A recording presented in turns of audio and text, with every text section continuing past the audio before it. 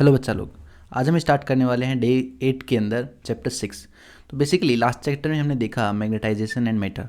तो उसमें हमने कुछ मैग्नेटिक प्रॉपर्टीज़ देखी, मैग्नेटिक फील्ड क्या होता है, मैग्नेटाइजिंग फील्ड क्या होता है, मैग्नेटाइजेशन इंटेंसिटी क्या होती है, सब कुछ हमने डेफिनेशन देख लिया। 6 चैप्टर में हमें बेसिकली जो जितने भी एक्सपेरिमेंटल एविडेंस है मैग्नेटिक फील्ड के, जो भी आपका ईएमएफ इंड्यूस होता है, उन सब को हम इस चैप्टर में देखने वाले हैं। ये चैप्टर मोस्टली डेमोन्स्ट्रेशन और समझने के ऊपर डिपेंड है, ठीक है। ज़्यादा हार्ड डेरिवेशन इस चैप्टर में नहीं आएंगे। तो बेसिक डेफिनेशंस और एक्सपेरिमेंट्स हैं। तो पहला टॉपिक यहाँ पे है, स्टार्ट करते हैं। Experiments of Faraday and Henry. तो देखो हुआ क्या कि जब हम ईएमएफ की बात कर रहे थे तो सबसे पहले फैराडे और हेनरी ने कुछ एक्सपेरिमेंट्स किए। तो पहला एक्सपेरिमेंट इन्होंने किया, एक कोइल और उसके साथ इन्होंने गैल्वेनोमीटर को अटैच किया। एक नीडल लगी हुई थी। एक दूसरा कोइल लिया जिसके अंदर इन्होंने एक बैटरी लगाया हुआ था, लाइक दिस। अब इन्होंने क्या किया, थोड़ा समझिएगा इसको ध्यान से। सेकंड कोइल को लेफ़्ट टू राइट मोशन कराया, पास ले गए, कभी दूर ले गए, पास ले गए। मान लेते हैं इसमें कोइल है और यहाँ पे दूसरी कोइल है जिसमें बैटरी अटैच है, तो इसको पास लेके आए, दूर ले गए, पास लेके आए, दूर ले गए। हुआ क्या कि यहाँ पे उन्होंने देखा कि ये जो पास लेके आ रहे थे, दूर ले जा रहे थे मोशन के अंदर, वहाँ पे कभी कभी इसके अंदर क्या आ रहा था, डिफ्लेक्शन आ रहा था। मतलब ये अभी जीरो पे है तो लेफ्ट या राइट इसमें मोशन हो रहा था। मतलब मोशन होने का मतलब क्या है कि बेसिकली इसमें ईएमएफ इंड्यूस हुआ। ईएमएफ होता है आपका इलेक्ट्रोमोटिव फोर्स। इसको आप ये भी बोल सकते हो कि उसके अंदर करंट जनरेट हुआ। अब करंट कब जनरेट होता है, जब हम कह सकते हैं कि उसमें पोटेंशियल जनरेट हुआ हो, उसी पोटेंशियल को ईएमएफ का नाम दिया गया। इसको बोला गया इलेक्ट्रोमोटिव फोर्स, इसको बोलते हैं इसे, ठीक है। ये हुआ फर्स्ट एक्सपेरिमेंट। अब इन्होंने क्या किया, दूसरा एक्सपेरिमेंट परफॉर्म किया। दूसरे में क्या किया, सेम आपका एक कोयल रखा एंड दूसरी कोयल की जगह इन्होंने, देखो एक कोयल और दूसरी कोयल की जगह आपने इन्होंने यूज़ किया, यहाँ गैल्वेनोमीटर है, यहाँ एक मैग्नेट यूज़ किया। इसका नॉर्थ पोल ले लिया, इसका साउथ पोल ले लिया, बार मैग्नेट की तरह मान सकते हैं। इसको भी इन्होंने मूव करवाया, ठीक है। तो यहाँ पे भी क्या हुआ, जैसे ही इन्होंने मूव करवाया तो यहाँ पे भी आपका डिफ्लेक्शन देखने को मिला इस सुई के अंदर। मतलब यहाँ पे भी सर्किट के अंदर करंट फ्लो हो रहा था जब मूव कर रहा था मैग्नेट, ठीक है। स्टेबल कंडीशन में कोई करंट या ईएमएफ जनरेट नहीं हो रहा था।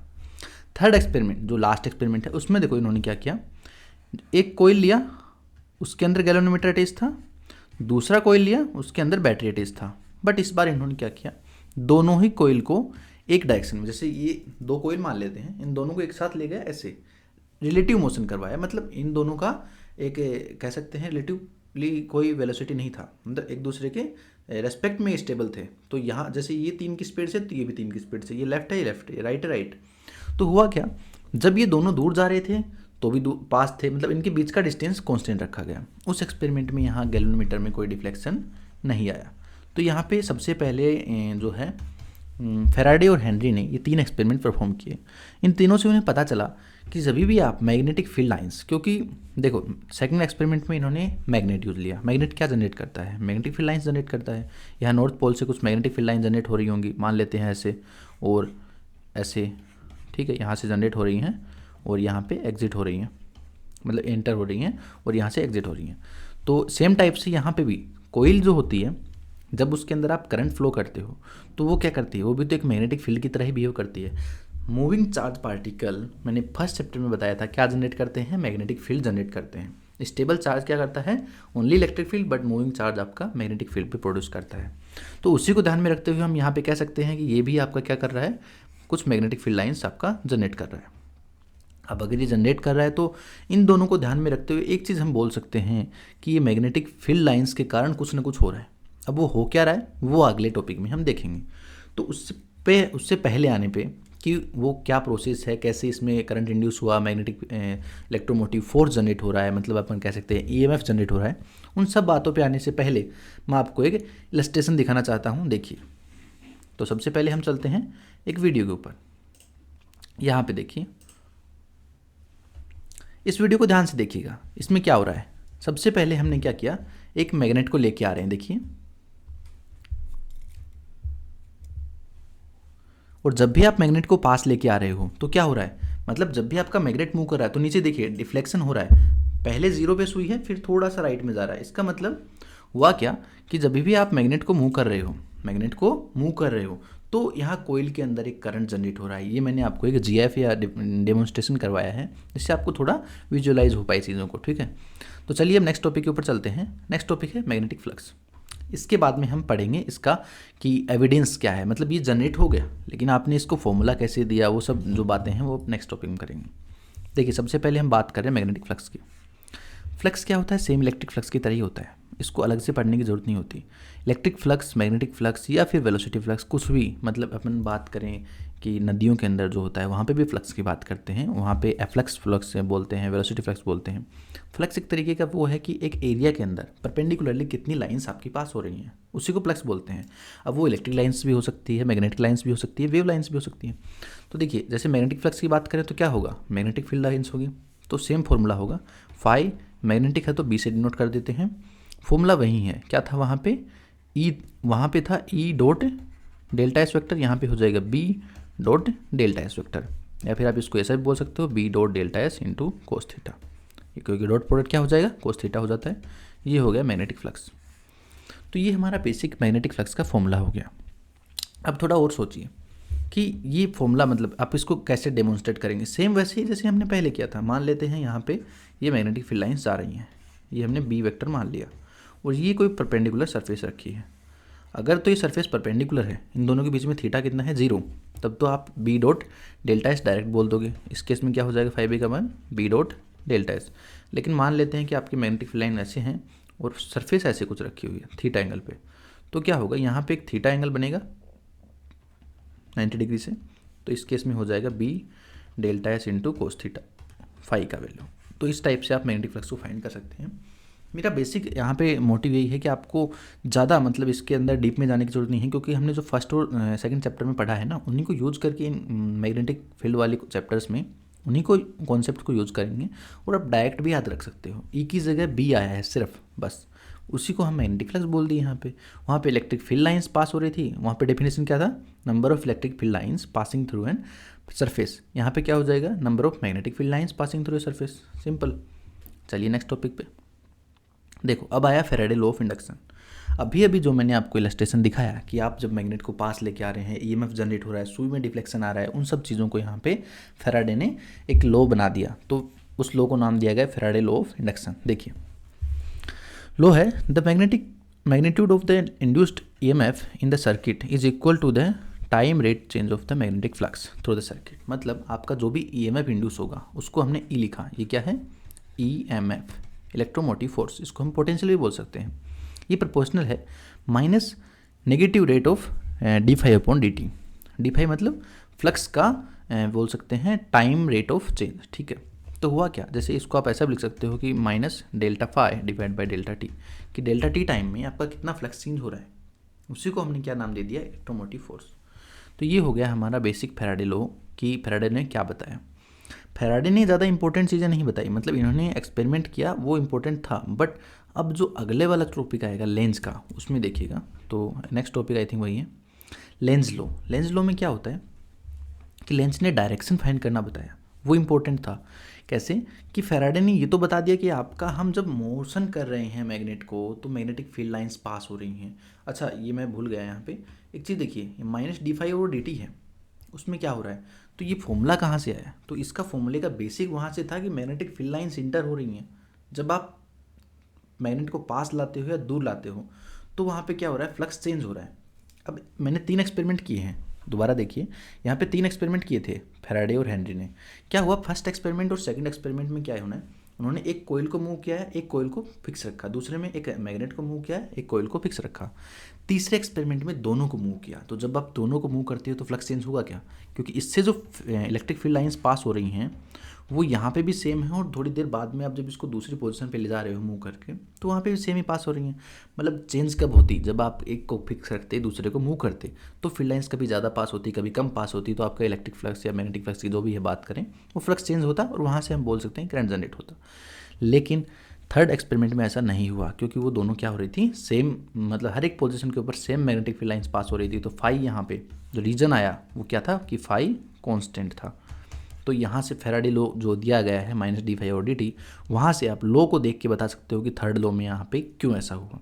थोड़ी देर पहले तो हमने एक्सपेरिमेंटल एविडेंस देखा, लेकिन अब हमने थ्योरेटिकली प्रूव कर दिया कि यहाँ पे आपका जो है EMF जनरेट क्यों नहीं हुआ, ठीक है, डिफ्लेक्शन क्यों नहीं आया। फर्स्ट और सेकंड में डिफ्लेक्शन आया, वो समझ में आया ना कि आपका जब मैग्नेट मूव कर रहे हो या कोयल मूव कर रहे हो तो मैग्नेटिक फील्ड लाइंस क्या हो रही हैं, कभी ज़्यादा पास कर रही हैं, कभी कम पास कर रही हैं। तो जब भी आपका मान लेते हैं ज़्यादा पास करिए तो फ्लक्स ज़्यादा होगा, कम पास करिए प्लस कम होगा, दोनों का डिफरेंस कुछ ना कुछ है ना, फ्लक्स चेंज हुआ, बेसिकली फ्लक्स चेंज हुआ। और जब भी फ्लक्स चेंज होगा वहाँ पे क्या होगा, मैग्नेटिक जो भी आपका ये EMF है, इलेक्ट्रोमोटिव फोर्स है, वो जनरेट होगा, सीधी सी चीज़ है। चलिए नेक्स्ट है आपका लेंज लॉ। तो लेंज लॉ ने देखो क्या बताया, लेंज बोलते हैं कि the polarity of induced EMF is such that it tends to produce a current which opposes the change in magnetic flux. कि इन्होंने बताया कि जब भी आपने मैग्नेट को पास लाए या कोयल को पास लेके आए, आपने फ्लक्स चेंज किया बेसिकली, तो जब भी आप किसी भी सर्किट के अंदर फ्लक्स को चेंज करते हो या फिर आप कोई भी कह सकते हो कि फ्लक्स चेंज कर रहे हो, घटा रहे हो, जो भी है, तो आपका जो पोलैरिटी होगा जहाँ पे EMF इंड्यूस हो रहा है उसका जो पोलैरिटी होगा, पोलैरिटी का मीन्स है यहाँ पे कि वो पॉजिटिव होगा कि नेगेटिव होगा, ये डिपेंड करेगा, या फिर कह सकते हैं कि वो जो इंड्यूस्ड EMF है वो उसका अपोज करेगा। समझे, अपोज का मतलब देखिए क्या है कि जब आप इसको पास लेके आ रहे हो, मान ले फ्लक्स बढ़ रहा है, तो फ्लक्स बढ़ रहा है तो कोयल ऐसा कुछ करेगा कि इसका फ्लक्स घटे दोबारा से, मतलब ये इसका हमेशा अपोज करेगा। अब ऐसा कब होगा कि उस कोयल के अंदर आपका जो डायरेक्शन है वो कुछ इस टाइप से हो जाए कि उस कोयल को या मैग्नेट को जो पास आ रहा है उसको रिपेल करने लग जाए। थोड़ा समझिएगा, जैसे मैंने 2 एविडेंस लिए हैं इसके, उससे अच्छा समझ में आएगा। पहला एग्जाम्पल देखिए, इसके अंदर हम क्या कर रहे हैं, कोयल ले ली, ये कोयल है मेरी कोई एग्जाम्पल, एक मैग्नेट में पास लेके आ रहा हूँ। लेंज लॉ ने बेसिकली डायरेक्शन फाइंड करना बताया था किसी भी सर्किट के अंदर कि जब आप मैग्नेट को पास लेके आ रहे हो, तो फैराडे ने सिर्फ ये बताया कि आपका फ्लक्स चेंज होने से EMF जनरेट हुआ, लेकिन डायरेक्शन कौन बताएगा, क्योंकि करंट की 2 डायरेक्शन हो सकती हैं, लेफ्ट टू राइट या राइट टू लेफ्ट की सर्किट में। जैसे मान लेते हैं कोयल है और यहाँ कोई गैल्वेनोमीटर लगा दिया था, अब उन्होंने ये तो बता दिया कि करंट का प्रोड्यूस हो रहा है, लेकिन देखो लेफ्ट हो रहा है कि राइट हो रहा है ये नहीं बताया था, तो वो हम लेंस से चेक करेंगे। देखो कैसे, मान लेते हैं कोयल का इधर वाला फेस है, ये वाला, ठीक है, समझ में आया। अब देखो मैं नॉर्थ पोल को पास लेके आ रहा हूँ, तो हुआ क्या कि नॉर्थ पोल से कुछ मैग्नेटिक फील्ड लाइन्स यहाँ पे मैं फॉर्म कर देता हूँ, मान लेते हैं ये नॉर्थ पोल है। तो जब आप नॉर्थ पोल को पास लेके आ रहे हो तो हुआ क्या कि ये फ्लक्स इंक्रीज कर रहा है, किसी भी पोल को पास लेके आओगे फ्लक्स तो क्या होगा, इंक्रीज ही होगा। तो यहाँ फर्स्ट केस में हुआ फ्लक्स इंक्रीज। अब फ्लक्स इंक्रीज हुआ तो होगा क्या, ये कोयल कुछ ऐसे बिहेव करेगी, अकॉर्डिंग टू लेंज लॉ कोयल ऐसे बिहेव करेगी कि ये मैग्नेट जो पास आ रहा है इसको अपोज करे, मतलब इसके अंदर जो चेंज हो रहा है, चेंज क्या हो रहा है, कुछ करंट जनरेट हुआ तो इसका अपोज कब करेगा कि वो मैग्नेट इससे दूर जाने लग जाए, मतलब अभी तो पास आ रहा है लेकिन दूर जाने लग जाए। दूर कब जाएगा, जब ये नॉर्थ पोल है और ये नॉर्थ पोल की तरह बिहेव करे। ये चीज़ समझने वाली चीज़ है। सबसे पहले आपको आइडेंटिफाई करना है कि फ्लक्स इंक्रीज हो रहा है कि डिक्रीज हो रहा है, फिर आपको देखना है कि अगर तो इंक्रीज हो रहा है तो उसको डिक्रीज कराना पड़ेगा अपने को। और डिक्रीज कब होगा, जब अगर नॉर्थ पोल है तो ये भी नॉर्थ की तरह बिहेव करे, साउथ है तो साउथ की तरह बिहेव करे, तो दोनों अपोज करेंगे एक तरीके का, मतलब रिपल्सन होगा। ठीक है, एक चीज़ तो ये समझ में आ गई। अब नॉर्थ पोल है तो डायरेक्शन देखो क्या होगी, नॉर्थ को एन से डिनोट करते हैं ना, तो यहाँ पे एक एन लिख देना है आपको कोयल के अंदर। जैसे ये मान लेते हैं ये कोयल है तो आपको उसके अंदर एन अज्यूम कर लेना है। एग्जाम के अंदर भी ऐसे डायग्राम आएंगे और आपसे पूछा जाएगा कि करंट का डायरेक्शन क्या होगा। जैसे ये कोई सर्किट दे दिया ABC, पूछ लिया जाएगा डायरेक्शन क्या होगा, ABC होगा कि CBA होगा। ऐसे बहुत सारे क्वेश्चन आते हैं तो उनका एग्जाम्पल में आपको एग्जाम में आंसर ऐसे ही करना है। आपको एन बनाना है क्योंकि आपको रिपल्सन करवाना है। यहाँ पे एन बना के एन के ये वाले जो डायरेक्शन है ये करंट का डायरेक्शन शो करते हैं। ऐसा मतलब यहाँ पे ये डायरेक्शन हो गया, यहाँ पे ये हो गया, तो इसका डायरेक्शन क्या हो गया पता चल गया। ये आपका कौन सा डायरेक्शन हो जाएगा, देखो एंटी क्लॉकवाइज। आई थिंक आपको समझ में आया। सेकंड एग्जांपल देखो और अच्छे समझ में आएगा। सेकंड में भी हम क्या बोल रहे हैं कि हमारा सेकंड में ये साउथ पोल ले लेते हैं। अच्छा नॉर्थ ही है, ठीक है, नॉर्थ रहने देते हैं, ये साउथ है, ये भी यहाँ पे साउथ था। अब देखो सेकंड के अंदर हम मैग्नेट को पास नहीं लेके आ रहे, दूर लेके जा रहे हैं। तो दूर लेके जाओगे तो क्या होगा, जब पास था तो फ्लक्स लाइन ज़्यादा थी, जब दूर ले गई तो फ्लक्स लाइन कम हो गई। अब क्या होगा कि जब भी आप मैग्नेट को दूर लेके जाते हो तो आपका मैग्नेटिक जो फ्लक्स है φB वो क्या होगा, डिक्रीज़ होगा। अब जब भी आपका फ्लक्स डिक्रीज़ होगा तो एक चीज़ आपको पता है कि फ्लक्स डिक्रीज़ होता है तो क्या होगा कि लेंज लॉ के अकॉर्डिंग ये कोयल कुछ ऐसे बिहेव करेगा कि फ्लक्स इंक्रीज हो दोबारा। इंक्रीज कब होगा, जब वो दूर जा रहा है वो पास आएगा, दूर जा रहा है उसको अगर पास ले आए किसी तरीके से तो फ्लक्स इंक्रीज हो सकता है। तो पास कब आएगा, ये नॉर्थ पोल है, अगर नॉर्थ दूर जा रहा है तो पास कब आएगा, जब ये खुद बिहेव कैसे करे, साउथ पोल की तरह। बस आपको ये सोचना था कि फ्लक्स डिक्रीज हुआ मतलब इसको इंक्रीज करना पड़ेगा। इंक्रीज कब होगा, जब नॉर्थ और साउथ दो पोल बन जाएं। नॉर्थ नॉर्थ बनेगा तो क्या होगा, रिपल्सन होगा ना, तो दूर और जाएगा, इसलिए हमें साउथ पोल बनाना पड़ा। और साउथ के लिए एस लिखेंगे तो डायरेक्शन ये आ गया। बहुत ईजी था, आई थिंक आपको समझ में भी आया। हम इसके और भी एग्जांपल्स करेंगे आने वाले, लिया है मैंने डायरेक्टली, तो आप उसमें भी चेक कर सकते हैं। एग्जांपल नंबर 6.4 है हमारा, ठीक है। तो थोड़ा सा सोचिएगा, इसका फर्स्ट पार्ट सबसे पहले करते हैं। फर्स्ट पार्ट में क्या हो रहा है, थोड़ा देखिए इस डायग्राम को। फर्स्ट पार्ट में ये जो कोइल है आपका, जो भी एक यहाँ पे जो हम स्क्वायर टाइप का एक कोइल लिया गया है, तो उस कोइल को हम क्या लेके आ रहे हैं, अंदर लेके आ रहे हैं, मैग्नेटिक फील्ड के अंदर। तो जब भी आप एक मैग्नेटिक फील्ड के अंदर लेके आ रहे हो, क्रॉस का मतलब क्या है, magnetic field into the plane. Okay, cross का मतलब इनटू द प्लेन होता है, इनटू द प्लेन। और आपका डॉट का मतलब मैं बता देता हूँ आपको, आउट ऑफ द प्लेन होता है, ठीक है। अब देखो यहाँ पे क्रॉस बने हुए हैं, इसका मतलब आप मैग्नेटिक फील्ड इनसाइड है, आप इसको अंदर लेके आ रहे हो मैग्नेटिक फील्ड के। तो हुआ क्या, जब ये बाहर था, मान लेते हैं ये पोजीशन था इसका, क्रॉस क्रॉस, इनिशियली इसका पोजीशन कुछ यहाँ पे होगा, फिर थोड़ी देर बाद में ये पोजीशन जो है यहाँ पे आ गया, चल के अंदर आ गया, मतलब मैग्नेटिक फील्ड के यहाँ मैग्नेटिक फील्ड है, ये अंदर आ रहा है चल के, ठीक है। अब जब भी आप किसी कोइल को मैग्नेटिक फील्ड के अंदर लेके आओगे, मतलब बाहर इसका मैग्नेटिक फील्ड प्रेजेंट नहीं था, बाहर कितना था, B0 था, और अंदर कितना है, B समथिंग कुछ भी है मान लेते हैं, ठीक है, B डॉट मान लिया। अब हुआ क्या कि यहाँ पे आते ही उसका फ्लक्स इंक्रीज हो गया, यहाँ फ्लक्स 0 था, यहाँ फ्लक्स कुछ है, फाइव नोट मान लिया, तो फ्लक्स क्या हुआ, इंक्रीज हुआ। मैंने थोड़ी देर पहले आपको बताया कि फ्लक्स इंक्रीज हो रहा है, इसका मतलब इसके अंदर जो करंट का डायरेक्शन है वो कुछ ऐसे होगा कि ये इसका अपोज करे, ठीक है। अपोज कब करेगा, मान लेते हैं कि ये किसकी तरह बिहेव करना चाहिए, सोचो ज़रा, कि अभी इसके आपका into the plane magnetic field का डायरेक्शन है, तो ये कुछ ऐसे बिहेव करेगा कि इसका खुद का मैग्नेटिक फील्ड उस मैग्नेटिक फील्ड को क्या करे, अपोज करे, तभी तो फ्लक्स डिक्रीज होगा। अब अपोज कब करेगा, जब इसके अंदर करंट किस डायरेक्शन में हो, तो यहाँ पे दिया हुआ है ABCD, तो इसके अंदर अगर डायरेक्शन आपका क्लॉकवाइज कर दिया तो इसके अंदर magnetic field out of the plane आएगा। और अगर हमने ADCB किया, मतलब इसके अंदर दो डायरेक्शन पॉसिबल है, एक तो ये फर्स्ट और ये सेकंड। तो अगर आपने करंट का डायरेक्शन फर्स्ट की तरह किया, तो फर्स्ट की तरफ करोगे, तो आप जब हाथ को रोटेट करोगे तो आपका इनटू द प्लेन आ रहा है, मतलब वो मैग्नेटिक फील्ड को सपोर्ट कर रहा है, तो फ्लक्स तो ऑलरेडी इंक्रीज हो रहा है, सपोर्ट तो नहीं करेगा लेंज लॉ के अकॉर्डिंग, तो उसको हमें सपोर्ट नहीं करवाना, इसलिए हमें करंट सेकंड को चूज करना पड़ेगा। सेकंड के डायरेक्शन के अकॉर्डिंग आप देखेंगे, तो इसका जब हाथ को रोटेट करोगे, आप ये फ्लेमिंग के राइट हैंड रूल से फाइंड कर सकते हो मैग्नेटिक फील्ड के डायरेक्शन। तो जब आप इसको रोटेट करोगे तो आपका डायरेक्शन क्या आएगा, मैग्नेटिक फील्ड का अपवर्ड आएगा। मैग्नेटिक फील्ड इनसाइड दिया हुआ है, अपवर्ड आपने जनरेट करा दिया, इसका मतलब फ्लक्स डिक्रीज हो जाएगा, सिंपल। तो फर्स्ट का आंसर क्या आ जाएगा, ABCD, ये डायरेक्शन आ गया। सेम टाइप से देखो सेकंड पार्ट जो है उसका आंसर कैसे फाइंड करेंगे। सेकंड में क्या हुआ कि आपका एक जो कोइल है ABC वो बाहर जा रहा है। जब भी कोइल बाहर जाएगा तो सबसे पहले आपको ये चेक करना है फ्लक्स इंक्रीज हुआ कि डिक्रीज, डिक्रीज होगा, सीधी सी बात है। फ्लक्स डिक्रीज हुआ, इसका मतलब आपको सपोर्ट करना है, अपोज करना है, मतलब जब डिक्रीज हो तो सब इंक्रीज करो, और नहीं इंक्रीज हुआ तो डिक्रीज करवाओ। अब यहाँ पे डिक्रीज हो रहा है तो आपको क्या करना पड़ेगा, कुछ ऐसा करंट फॉर्म करना पड़ेगा कि आपका फ्लक्स इंक्रीज हो जाए। फ्लक्स इंक्रीज कब होगा, जब मैग्नेटिक फील्ड के सपोर्ट में जो magnetic field inside the plane है उसी साइड में आप भी मैग्नेटिक फील्ड फॉर्म कर दो। तो देखो आप जब BCA डायरेक्शन में, मतलब ये ट्रायंगल कुछ ऐसा है BCA, तो जब आप BCA मतलब ऐसे रोटेट करोगे तो यहाँ पे हम बोल सकते हैं एंटी क्लॉकवाइज जब डायरेक्शन में जब आप मैग्नेटिक फील्ड मतलब करंट प्रोड्यूस करोगे तो मैग्नेटिक फील्ड क्या आएगा। अच्छा, एंटी क्लॉकवाइज में magnetic field out of the plane आ रहा है तो वो तो नहीं होगा, क्योंकि वो तो आपका क्या कर रहा है, अपोज कर रहा है। आपको मैग्नेटिक फील्ड बढ़ाना है तो आपको क्लॉकवाइज डायरेक्शन में, मतलब इसका डायरेक्शन आएगा ACBA। तो ये समझ में आया होगा आई थिंक। जब आप क्लॉकवाइज रोटेट करोगे तो फ्लेमिंग के राइट हैंड रूल से जो मैग्नेटिक फील्ड आएगा वो इनसाइड द प्लेन ही आएगा, और पहले भी इनसाइड द प्लेन है, इसका मतलब आपको जो है दोनों का डायरेक्शन ऐड होगा और फाइनली हमें एक ऐसा जो है मैग्नेटिक फील्ड मिलेगा जो ज़्यादा होगा, उसके कारण हमारा फ्लक्स भी क्या हो जाएगा, इंक्रीज हो जाएगा। इसका मतलब लेंज लॉ के अकॉर्डिंग अपोज हुआ है।